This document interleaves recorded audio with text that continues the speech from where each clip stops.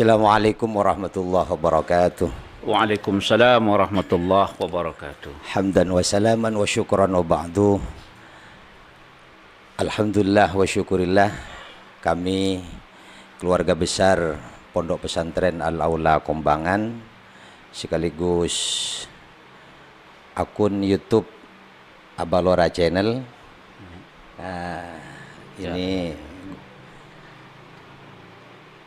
kedatangan tamu terhormat, kedatangan tamu yang sangat kami tawadhu'i, kami muliakan. Beliau Al-Mukarram Ki Haji Fahmi Amrullah Hadzik atau Gus Fahmi. Beliau cucu Hadratus Syekh Ki Haji Hashim Asy'ari, pendiri NU. Selamat datang Gus Fahmi. Selamat datang, semoga keluarga besar Al-Aula Kombangan, khususnya Kak Lora, para santri semuanya mendapat diberikan kesehatan dan keberkahan. Amin. Amin, Ya amin. Rabbal Alamin. Amin, amin. Saya memang sengaja momen kali ini karena panjenengan ada acara ke Tanah Merah. Okay. Lalu kita ingin silaturahim ke sini, menyampaikan ya sekelumit pemikiran tentang hal-hal yang nanti mohon di kami ini berikan pencerahan, Gus. Siap insyaallah. Terkait dengan Tebu Ireng dan Nahdlatul Ulama NU. Yang kita tahu semuanya sama anak kandungnya Hadratus Syekh, Gus. Iya. Menurut panjenengan bagaimana, Gus? Ya, jadi memang sebagaimana yang kemarin saya sampaikan, peninggalan Hadratus Syekh itu tentu bukan hanya pesantren Tebu Ireng, termasuk Nahdlatul Ulama. Hanya saja mungkin tentu ada perbedaan ya. Jadi kalau pesantren Tebu Ireng itu otomatis kan miliknya keluarga, sementara Nahdlatul Ulama itu milik umat. Tapi tidak bisa dipungkiri bahwa tokoh utama di balik berdirinya Nahdlatul Ulama itu adalah Hadratus Syekh. Tentu ada juga Kiai Wahab yang selama ini mungkin sebagai embrionya itu. Nah, tentu didukung dengan beberapa kiai yang lain. Tapi sepertinya dua orang inilah, Mbah Hashim dan Mbah Wahab ini yang menjadi apa istilahnya embrio yang membidani kelahiran Nahdlatul Ulama itu. Karena itu kami dari Tebu Ireng ya tentu merasa punya kewajiban, ya bukan hanya kepada pesantren Tebu Ireng tapi juga kepada Nahdlatul Ulama. Karena bagaimanapun kakek kami itu termasuk salah satu pendirinya. Tetapi yang ingin saya sampaikan, bagaimana kita punya kewajiban untuk menjaga Nahdlatul Ulama itu. Ada dua dawuh yang selalu saya pegang. Ini saya pribadi ya. Yang pertama adalah dawuhnya Hadratus Syekh yang mungkin sudah sangat terkenal selama ini ya, khususnya sudah ini jadi meme banyak itu, Gus. Iya, itu. Jadi siapa yang mau ngurusi NU, saya anggap santriku. Siapa yang jadi santriku, saya doakan husnul khotimah beserta anak keturunannya. Ini yang selalu saya pegang. Nah, ngurusi, bukan jadi pengurus. Bukan jadi pengurus. Nah, ini yang kemarin saya tegaskan. Karena selama ini orang menganggap bahwa ngurus NU harus jadi pengurus. Keliru. Kalau menurut saya itu enggak tepat. Ya. Ngurus dan pengurus itu dibedakan. Kalau pengurus pasti harus ngurus NU. Dan harus bisa. Jangan pengurus minta diurus, apalagi jadi urusan. Nah, ini kan repot kalau pengurus tapi jadi urusan. Nah, jadi ngurus dan pengurus itu berbeda. Kalau ngurus NU tidak harus menjadi pengurus. Tidak harus menjadi pengurus. Bisa siapapun warga Jam'iyah Nahdlatul Ulama yang punya komitmen walaupun tidak jadi pengurus. Misalnya kalau bahasanya berkhidmah itu berkhidmah, Gus. ya berkhidmah lah. Kalau ngurus itu sawangannya kok gimana gitu ya. Berkhidmah kepada NU itu tidak harus jadi pengurus. Tidak harus jadi pengurus. Warga NU yang nggak jadi pengurus, yang kultural, itu bisa ikut berkhidmah, misalnya menghidupkan amaliyah Nahdlatul Ulama, misalnya. Dan ini pentingnya peran ranting NU, Gus. Iya. Jadi sebenarnya ujung tombaknya NU pengurus itu mulai dari PB itu sebenarnya pusatnya di ranting. Kalau pusatnya di ranting. Iya, bukan di. Makanya cari pengurus ranting itu bukan perkara gampang. Kalau saya di daerah saya nyari pengurus ranting itu susah. Kenapa? Rebutan emoh, ya. Jadi rebutan tidak mau. Rebutan tidak mau. Kalau jadi pengurus ranting. Iya, kalau jadi pengurus ranting. Jadi kalau ada karena mungkin nggak ada apa-apanya, Gus. Mungkin ya, itu wallahu alam ya. Jadi ini, tapi mungkin karena di ranting nggak ada apa-apanya. Itu. Ya, jadi itu yang ini pengurus ranting datang ini, Gus. Ya, ini semoga inilah masuk surga duluan. Masuk surga. Amin. Kenapa? Karena pengurus ranting ini hisapnya nggak lama. Pengurus MBC agak lama masih dikit. Masih nggak belok-belok. Iya. Pengurus MBC agak lamaan dikit. Pengurus cabang. Nah, yang paling lama pengurus PB. Kenapa itu, Gus? Kok bisa? Ya karena banyak yang dihisap mulai dari Aceh sampai Papua gitu loh. Harus mempertanggungjawabkan itu. Kembali ke Tebu Ireng, Gus itu. Ya. Saya sedikit pernah membaca bahwa ketika awal berdirinya NU, Hadratus Syekh mendirikan NU bersama Ki Wahab dan Ki yang lain, konon katanya, Gus itu, yang menjadi ujung tombak pertama kali itu adalah santri-santri Tebu Ireng yang ada di seluruh pelosok Nusantara yang ditugasi oleh Hadratus Syekh. Apa benar begitu, Gus? Awalnya, Gus. Awalnya memang seperti itu. Awalnya, karena tentu saja mereka yang pernah mondok ya, alumni santri-santrinya Hadratus Syekh yang sudah tersebar waktu itu mungkin lebih mudah untuk mengikuti langkah Hadratus Syekh. Koordinasi, bagaimanapun hubungan antara guru dan murid itu di situ kan terjalin. Maka kurun-kurun awal, kurun Hadratus Syekh ini adalah sebenarnya kurun yang terbaik. Ya, kurun yang terbaik karena waktu itu masih ada Hadratus Syekh sehingga NU itu relatif nggak begitu banyak problem, karena kalaupun ada problem langsung bisa ditanyakan kepada beliau, jadi bisa mengambil keputusan dan sebagainya. Nah itu karena maka sebagai Rois Akbar tentu itu jabatan nggak main-main, makanya ketika Kiai Wahab itu ketika Hadratus Syekh wafat, kemudian Kiai Wahab itu sebenarnya ditunjuk. Beliau tidak berkenan untuk menjadi Rois Akbar.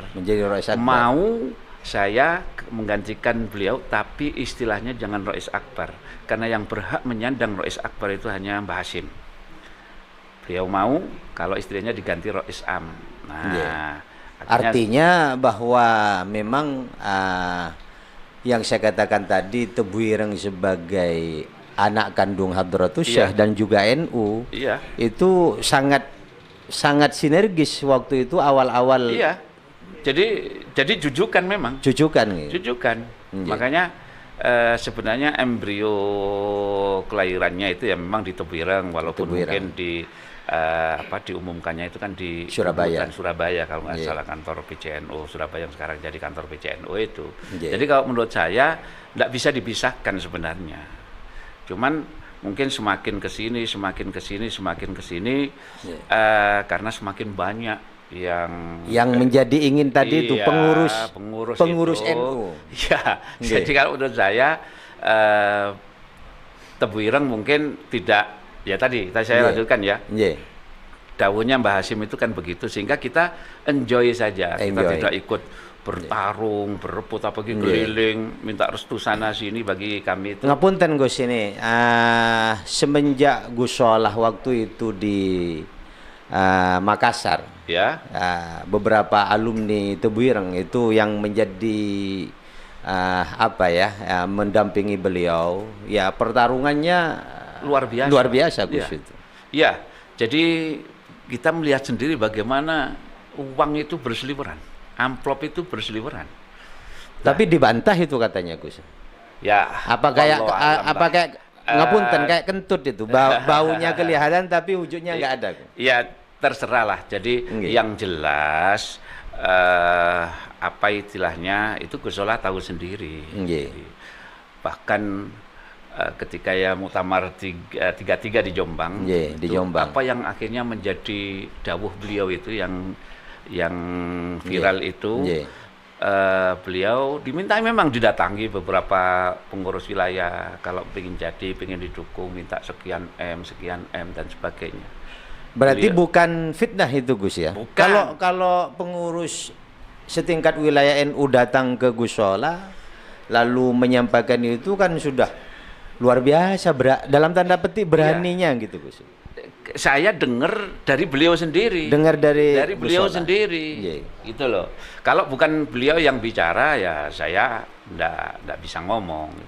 Jadi beliau itu makanya terus beliau menyampaikan itu jarak rumah saya dengan rumah masa depan saya itu hanya 40 meter. Maka saya tidak mau melakukan itu, melanggar agama melanggar larangan agama. Buat apa juga, karena Allah sudah menentukan, saya yakin kata Gus Solah, Allah sudah menentukan siapa yang akan jadi. Ya. Buat apa saya harus melanggar larangan agama kalau itu tidak merubah keputusan Allah. Saya melihat begini Gus, ada ya selaku santri Tebu Ireng juga yang memang kalau saya pribadi ya tidak pernah ada di struktur NU Gus. Jadi saya sudah lama hakul yakin dengan dawuh panjenengan untuk mengurusi NU itu tidak harus menjadi pengurus. Iya. Makanya saya buat wadah lain Gus. Generasi Indonesia Bersarung ini. Iya. Ya artinya kan kita ini alumni semuanya itu memang banyak wadah. Kalau ingin di ormas mau di NU monggo. Kalau mau di politik ada parpol. Atau kalau di organisasi alumni monggo ada di IKPT atau bikin sendiri seperti ini kan luar biasa. Ada bagus. Silakan. Itu bagi saya istilahnya semuanya adalah wadah perjuangan. Wadah perjuangan itu. Dan itu juga bagian daripada ngurus NU. Selagi tidak bertentangan dengan prinsip-prinsip gitu loh. Kalau menurut saya An-Nahdiyah. Kita ini walaupun misalnya jenengan Kak Lora itu mendirikan GIP ini kan tetap NU-nya tampak. Gitu loh. Tetap tetap menjadi orang NU. Masa seperti saya santri Tebu Ireng 10 tahun di Tebu Ireng masih diragukan ke NU-nya. Iya makanya. Jadi kan sudah luar biasa. Artinya walaupun tidak pakai baju seragam pengurus NU, bagi saya itu kan hanya sekedar bungkus saja. Jadi yang lebih ada yang bilang begini, harus ya saya melihat ada beberapa frame juga di kalangan Nahdliyin, di kalangan juga struktural NU. Harus betul-betul harus NU-nya itu ditampakkan, harus ya bahasa tadi itu mungkin harus untuk berkhidmah, harus jadi pengurus begitu Gus mungkin.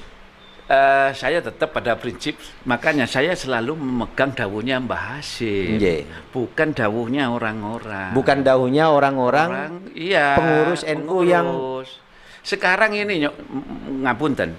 Pengurus NU itu jumlahnya berapa? Sementara warga NU jumlahnya berapa? Kalau semua harus jadi pengurus, kan rebutan kan nggak kumanan semua itu nanti, iya kan? Jadi menurut saya tetap pada prinsip dawuh Mbah Hasyim itu seperti itu.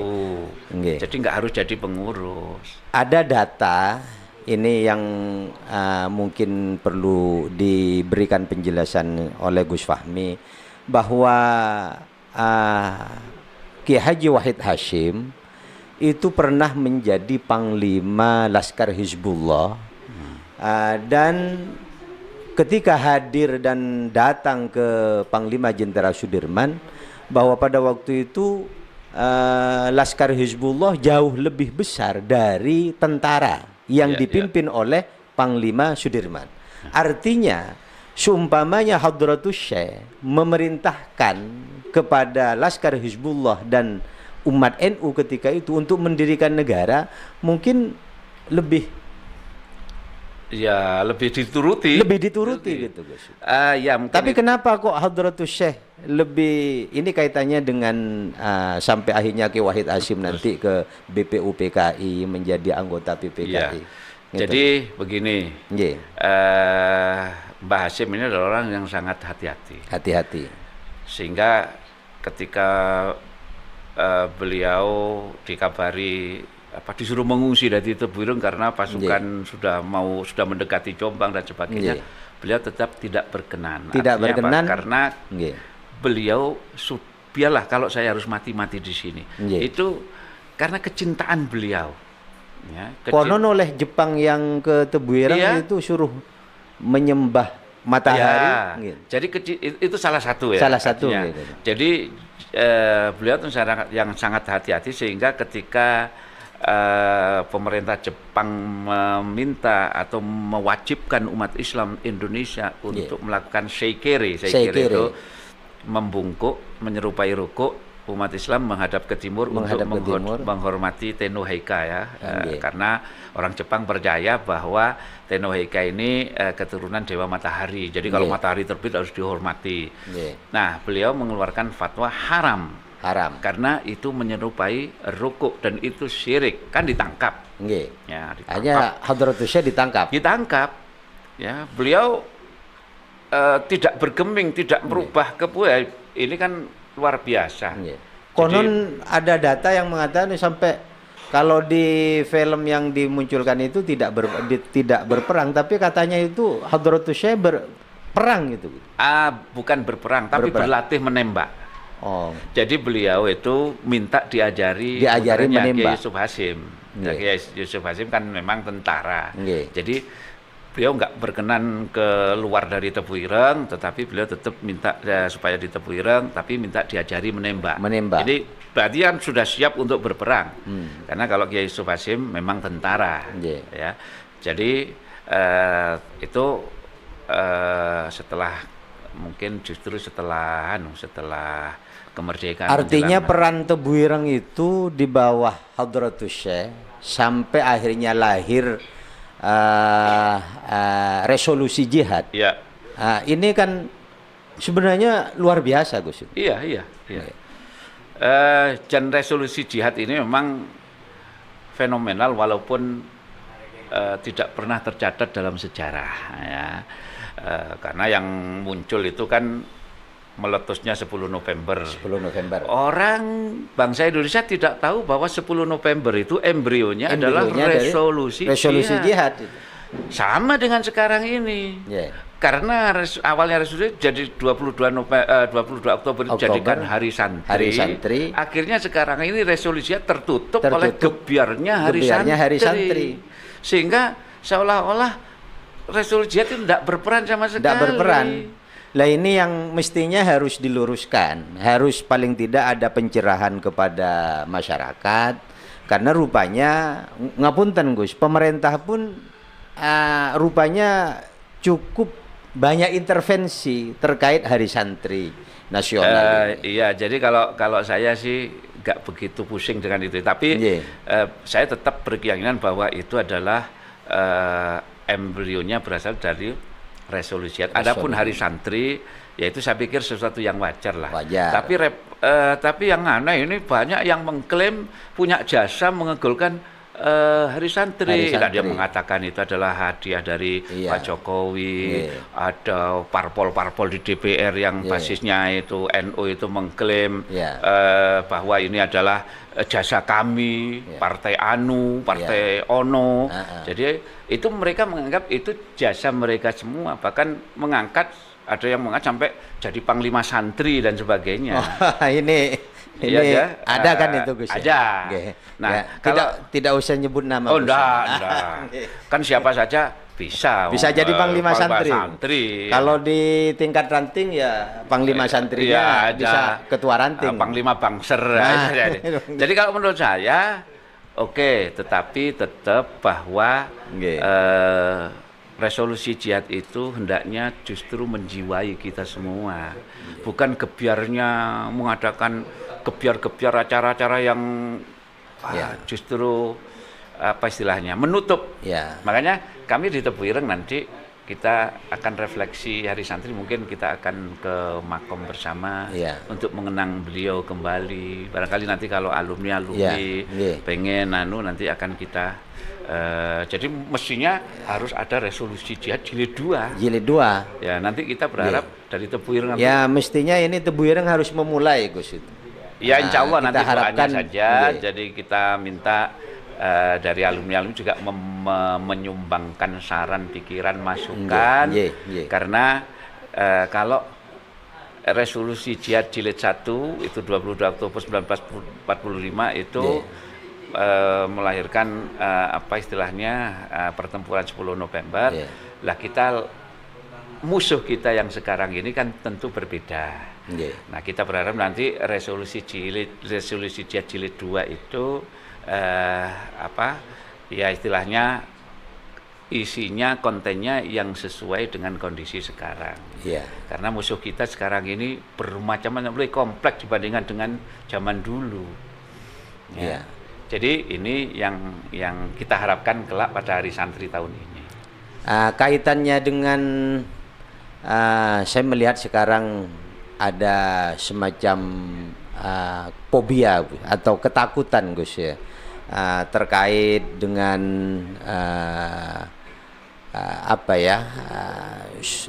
NU dalam hal ini struktural. Gitu. Saya anggaplah semacam fobia, ketakutan. Ini ngapunten dari kami punya semacam analisa atau ya fakta-fakta di beberapa tempat. Saya lanjutkan tadi dari Hadratus Syekh ke Gus Dur, luar biasa Gus.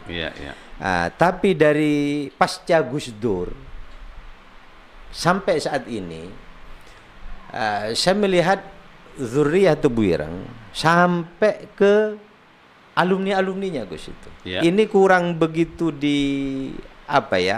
ketika alumni Tebu Ireng mencoba berkhidmah dalam kata tadi itu ya, menjadi pengurus di MWC, di PC, apalagi sampai di PW, apalagi sampai di PB. Ini rasa-rasanya ngapunten Gus itu. Yang ngapunten agak dikerdilkan atau dipinggirkan itu. Ini saya melihat ada semacam fenomena atau gejala seperti itu. Kita tidak tahu apa ini fakta, tapi ya beberapa teman-teman di banyak daerah itu mengalami ya situasi dan kondisi seperti itu, Gus. Ya, jadi kalau saya pribadi memang melihat bahwa mungkin ada apa istilahnya kondisi seperti itu, walaupun mungkin tidak 100% benar. Karena ada beberapa alumni yang memegang apa istilahnya menjadi pengurus baik di cabang, wilayah, dan juga PP mungkin ada. Walaupun mungkin ya perannya yang bagian receh-receh lah istilahnya. Ya, tetapi sampai saya ini nggak ada Gus dari Zuriyah Tebu Ireng di PW waktu itu Al-Maghfurlah Gus Zaki di RMI Gus. Sebenarnya Gus Kikin itu wakil ketua. Wakil ketua KPW. Cuman ketika saya goda beliau itu wah ini satu-satunya Dzurriyyah Mbah Hasyim yang jadi pengurus PW waktu itu. Dia ketawa aja. Artinya mungkin ya hanya sekedar simbolik aja mungkin. Iya, jadi sebenarnya di PP ada itu adik saya, tapi ya mungkin tidak begitu tampak perannya karena mungkin saya yakin beliau ini ya apa masih Dzurriyyah Mbah Hasyim. Jadi mungkin masih menjaga lah. Menjaga tidak mau terus memanfaatkan jabatan sebagai wakil ketua dan sebagainya. Ini saya yakin lah. Apa yang lainnya menurut panjenengan sejauh ini bahasa tanda petik memanfaatkan ini? Saya bagaimana Gus? Daunnya Gus Solah itu yang akhirnya saya pegang, berilah NU manfaat, bukan memanfaatkan NU. Bukan memanfaatkan NU. Nah, masalahnya sekarang ini mungkin saya sendiri melihat memang untuk memberi manfaat kepada NU itu caranya gimana Gus? Ya, artinya begini. Rata-rata pengurus NU itu kan punya lembaga sendiri. Jadi mereka rata-rata membesarkan lembaganya sendiri-sendiri. Mestinya kalau mau NU itu kurang apa? Umatnya paling banyak. Mestinya saya teringat daunnya Gus Solah ketika muktamar itu, saya sampai dimintai sekian M oleh satu pengurus wilayah atau satu wilayah. Kalau saya punya segitu, lebih baik saya gunakan untuk mendirikan usaha, ya saya berikan saja ke NU daripada harus dibagi-bagi, sudah karuan dosa dan tapi sebagainya. Ada yang bilang begini Gus, sekarang itu NU sudah luar biasa katanya, sudah punya aset rumah sakit di mana-mana, rumah perguruan tinggi di mana-mana. Kemarin ini beberapa hari yang lalu dapat hibah 10 hektar itu. Berapa hektar itu dibangunkan universitas di 193 miliar di Solo atau mana. Ya saya pikir itu satu yang wajar lah. Wajar karena kalau dekat dengan kekuasaan kalau nggak dapat apa-apa ya rugi. Ya, cuman ya sekarang ini sebab kita nggak tahu ke depan bagaimana. Ya, jadi saya berharap sebenarnya NU itu bisa mandiri. Jadi lebih ya seperti dulu awalnya Hadratus Syekh kan ya tidak anti kekuasaan tapi tidak membungkuk kepada kekuasaan kan begitu. Jadi begini, dakwah NU mestinya itu difokuskan. Jadi selama ini dakwahnya itu kan yang ngurusi politik ya dibandingkan dengan ngurus ekonomi. Ngurusi politik itu dalam hal begini, kita disibukkan oleh radikalisme. Nah, ini kan urusan politik sebenarnya radikalisme itu. Sehingga ekonomi umat, pendidikan, kesehatan itu menjadi terbengkalai. Kita cari rumah sakit NU di tiap kabupaten itu sama sulitnya mencari pesantren Muhammadiyah. Sama-sama sulitnya. Iya. Dan mencari pesantren NU itu sama mudahnya mencari rumah sakit Muhammadiyah. Karena di tiap kabupaten itu ada. Tapi belum tentu rumah sakit NU itu ada di tiap kabupaten. Nah, mestinya sekelas sekarang ini NU ini sudah punya rumah sakit di setiap kabupaten, Gus. Mestinya begitu. Kalau itu digerakkan betul. Nah, jadi pengurus NU, jangan-jangan ya pengurus NU-nya yang tadi itu, Gus ya secara pribadi-pribadi itu lebih. Ada yang pengurus yang punya rumah sakit sendiri kan ada. Ya, jadi kalau menurut saya NU ini harus merubah radikalisme dan sebagainya itu menjadi tugas kita. Tapi jangan itu menjadi porsi yang paling utama karena dakwah kita kalau kita fokus di kesehatan, di pendidikan, ekonomi, saya yakin tidak kalah dengan organisasi, tidak kalah dengan Muhammadiyah kita ini. Ya, kalau dilihat dari kuantitas jumlah warga NU ini paling besar.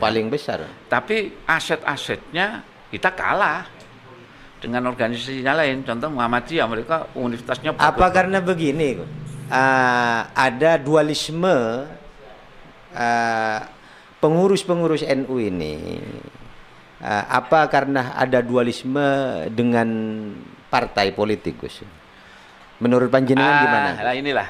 Jadi ada jargon, mohon maaf ya, ini di beberapa yang saya dengar itu ada jargon eh, NU ya PKB, PKB ya NU.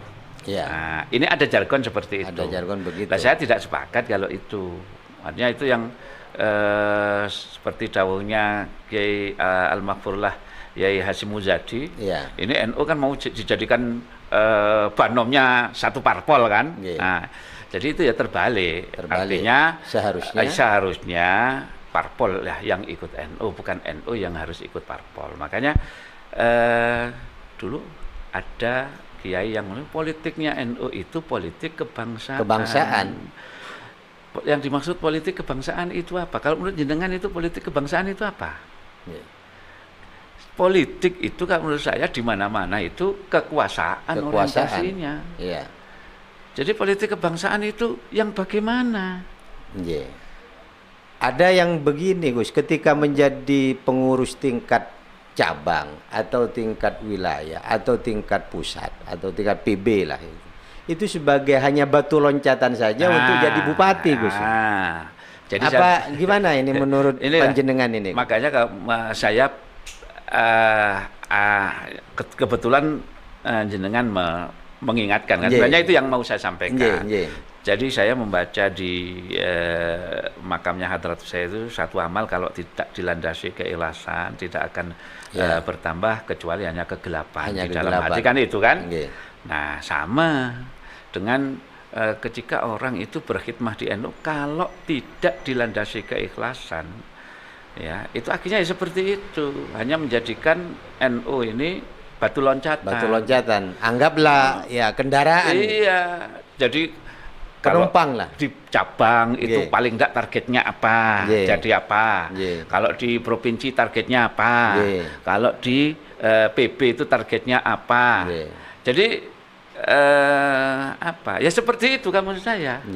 Maka kembali lagi saya berpegang pada dawuhnya Mbah Hasyim sama Gus Solah tadi itu berikan NU manfaat bukan memanfaatkan NU. Makanya tadi saya sampaikan, saya ulang sekali lagi, mungkin kita ini sulit memberi manfaat.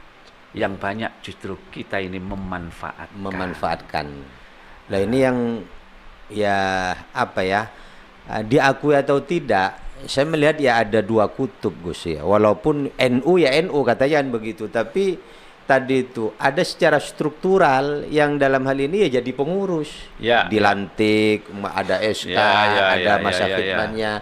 Lah kalau yang ngurus NU ini kan kata panjenengan khidmah itu kan nggak ada pelantikan Gus. Ya, karena memang bagi orang yang ikhlas ngurus itu pelantikan, SK, formalitas itu tidak begitu penting. Saya juga tidak mementingkan formalitas. Artinya nggak harus jadi pengurus struktural ya.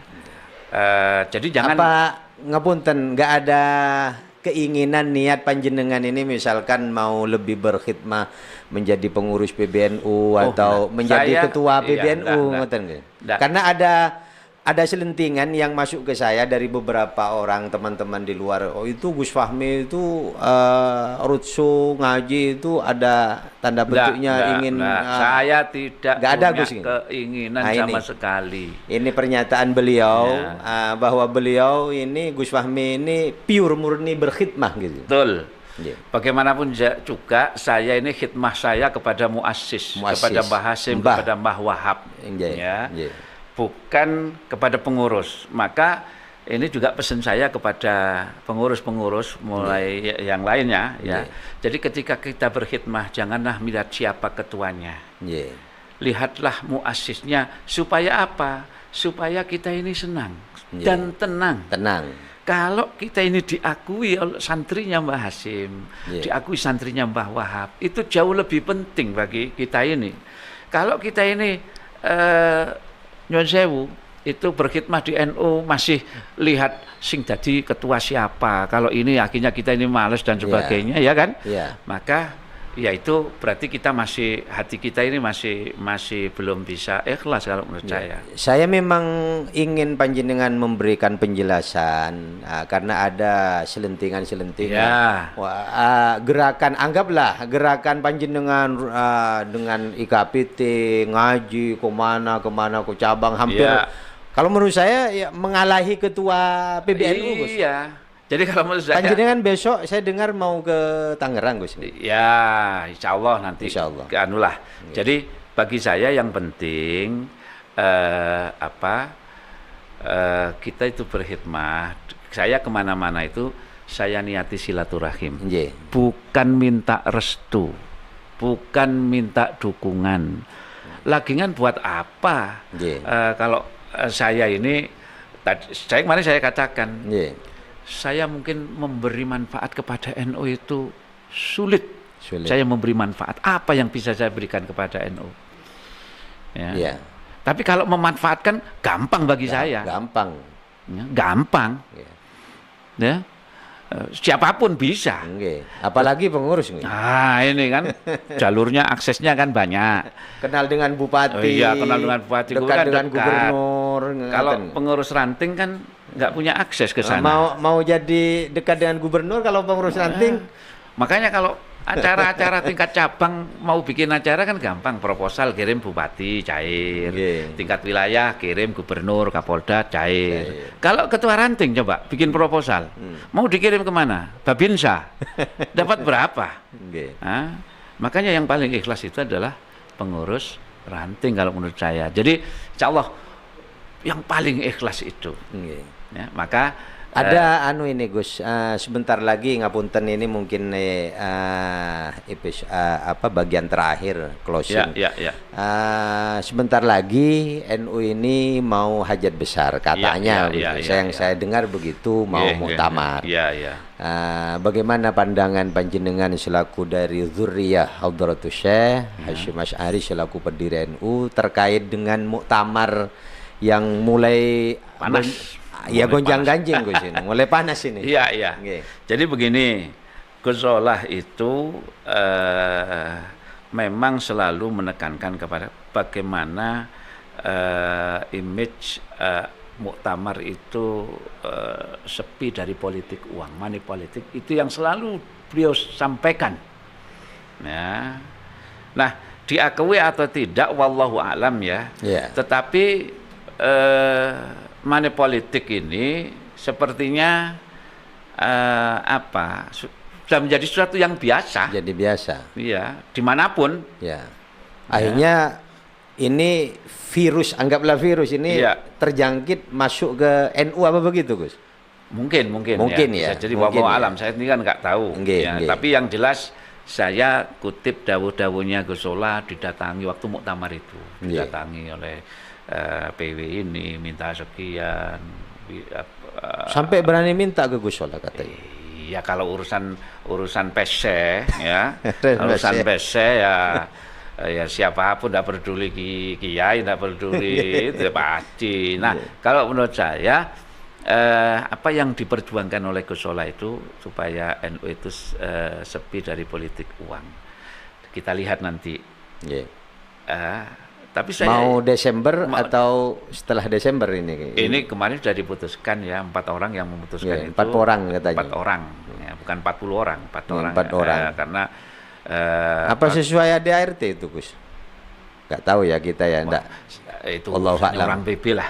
Kita ini kan pengamat jalanan ya, jadi lebih enak jadi pengajaran. Benar. Ya, jadi diputuskan muktamar tanggal 23 sampai 25 Desember. Nah, makanya sekarang ini kayaknya yang mau mencalonkan sudah roadshow kemana-mana. Restu ke ini, ada yang ke kiai-kiai, ada yang ke ketua parpol, ada yang ke ya ketua BPIP dan sebagainya, wallahu alam lah. Makanya ada yang ini jangan-jangan Gus Fahmi sering datang kemana-mana dianggap roadshow juga. Padahal saya minta restunya alumni kan ngaji panjenengan. Ya, saya silaturahmi. Bukan perkara ngajinya, tapi silaturahmi itu bagi saya jauh lebih penting dibandingkan dengan dengan ngajinya kalau menurut saya. Terakhir harapan panjenengan kepada ya keluarga besar Tebu Ireng, ya santri, alumni, keluarga santri dan juga NU Gus, karena sama anak kandungnya Hadratus Syekh Gus. Jadi khususnya ini kepada keluarga besar Tebu Ireng, alumni, santri dan sebagainya, berkhidmahlah kepada umat. Kalau lewat ormas bisa lewat NU.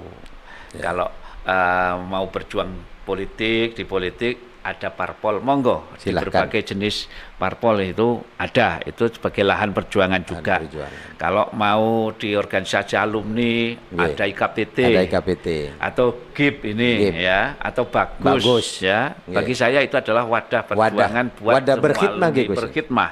Dan khusus kepada pengurus-pengurus NU, warga NU, keluarga besar Jam'iyah Nahdlatul Ulama seluruh Indonesia.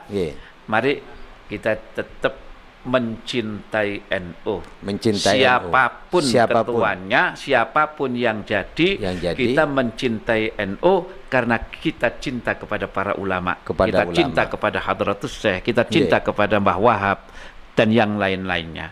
Jadi janganlah ke kondisi yang kacau dan nggak sesuai ini kemudian melunturkan cinta kita kepada NU dan kepada para ulama.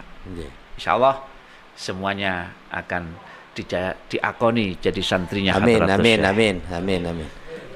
Mungkin episode kali ini demikian Gus, matur nuwun atas rawuhnya. Sama-sama. Saya juga terima kasih sudah dikasih panggung untuk bicara ini. Soalnya ada gonjang-ganjing ini supaya ini kami ingin menyiapkan panjenengan bicara, menjelaskan supaya clear atau setidaknya karena itu Gus Fahmi sudah mulai ini dari Dzurriyyatul Bireng, ini jangan-jangan membangun kekuatan. Jadi, begitu Gus. Malah baru denger ini saya. ada yang ya, begitu. Tapi insya Allah saya tidak punya keinginan jangankan jadi ketua PC pun tidak terlintas di benak saya. Bagi saya berkhidmah kepada Nahdlatul Ulama itu tetap bagi saya tetap tidak harus jadi pengurus. Walaupun sebenarnya yang jadi pengurus ya silahkan, ngoten Gus. Ya monggo, silahkan. Hanya saya. Apalagi pengurus ranting. Ya pengurus ranting ini. Ya, jadi itu ini Insya Allah saya katakan ini hisapnya paling cepat. Amin. Masuk surganya duluan dibandingkan ketua cabang, apalagi ketua PB. Itu ketua ranting ini lebih dulu ya. Saya kira cukup sekian. Mungkin ikhtitam Gus. Monggo Gus. Al-Fatihah.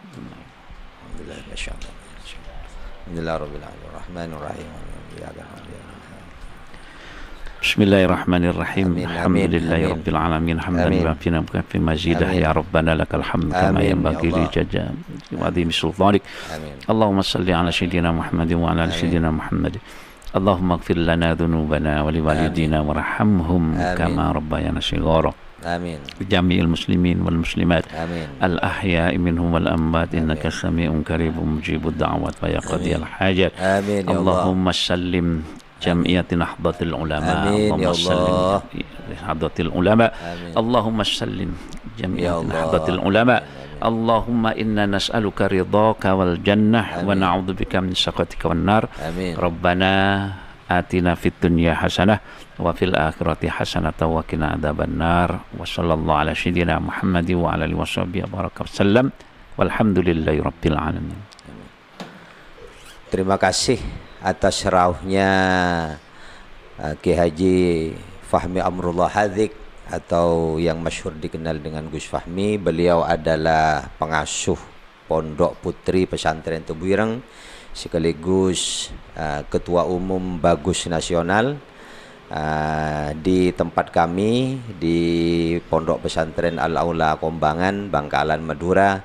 Sekaligus ya saya selaku santri beliau mohon tabarrukan, barokah termasuk wadah generasi Indonesia Bersarung ya gerakan nasional ini.